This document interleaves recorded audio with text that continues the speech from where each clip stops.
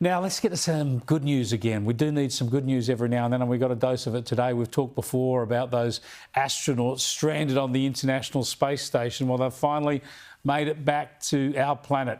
Sunita Williams and Butch Wilmore only planned to be in space for a week, but technical failures saw the pair stranded, a bit like David Bowie's Major Tom, floating in their tin can for 286 days. They were eventually rescued this week by one of Elon Musk's SpaceX rockets, and they returned today in a Dragon capsule. And that view is from the WB-57, which is one of NASA's high-altitude planes. There you are getting a great view of Crew 9 inside Dragon Freedom as it returns back to Earth. And we're going to stand by for splashdown, located in the Gulf of America, off the coast of Tallahassee, Florida.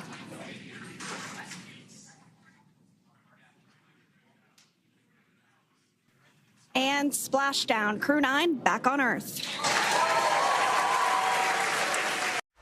Just spectacular stuff and a great relief, of course. Let's go to astrophysicist Brad Tucker in Canberra, who we've caught up with before on this issue. Thanks for joining us again, Brad. Look, there's been all sorts of argy-bargy about competing types of rockets and what should have been done and when, but obviously safety was always paramount, and while it's taken a while, the fact that they're back here safely sort of vindicates the action that was taken, I suppose. Yeah, very much so. Yeah, I was just thinking, it feels like yesterday we were talking about when they're up there. It doesn't feel like yesterday for them. And as you said, it was all about how do you get home them safe and reliable. And as we saw, that splashdown was perfect. Dolphins actually even greeted the capsule later. It was a really picturesque moment. And they, so far, at all intents and purposes, they're healthy.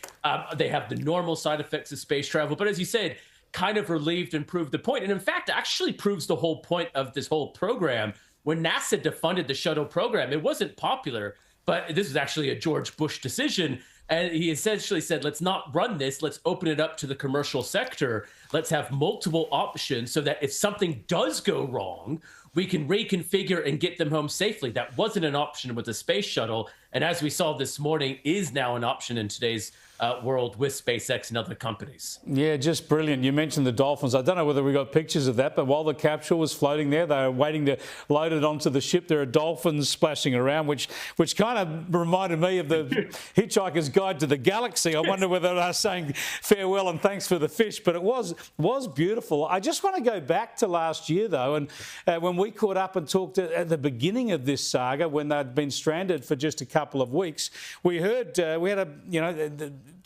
another incredible feat of technology. We do a press conference from the space station, and here's what the astronauts had to say then. We are having a great time here on ISS. You know, Butch and I have been up here before, and it feels like coming back home.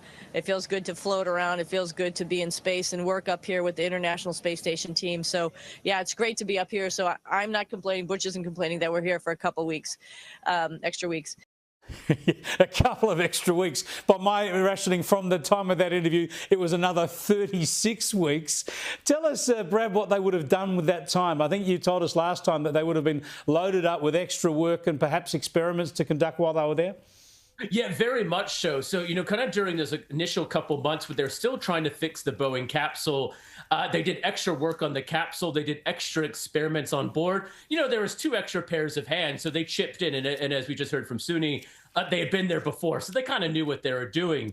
But then once NASA made the decision to do the reshuffle and have the Starliner come down empty, send the Crew 9 up with only 2 people, and have Butch and Suni join the Crew 9 mission as those other 2 astronauts, they immediately then started to have to do the 6-month mission of Crew 9. And that had lots of planned experiments and research. So they had to learn what to do.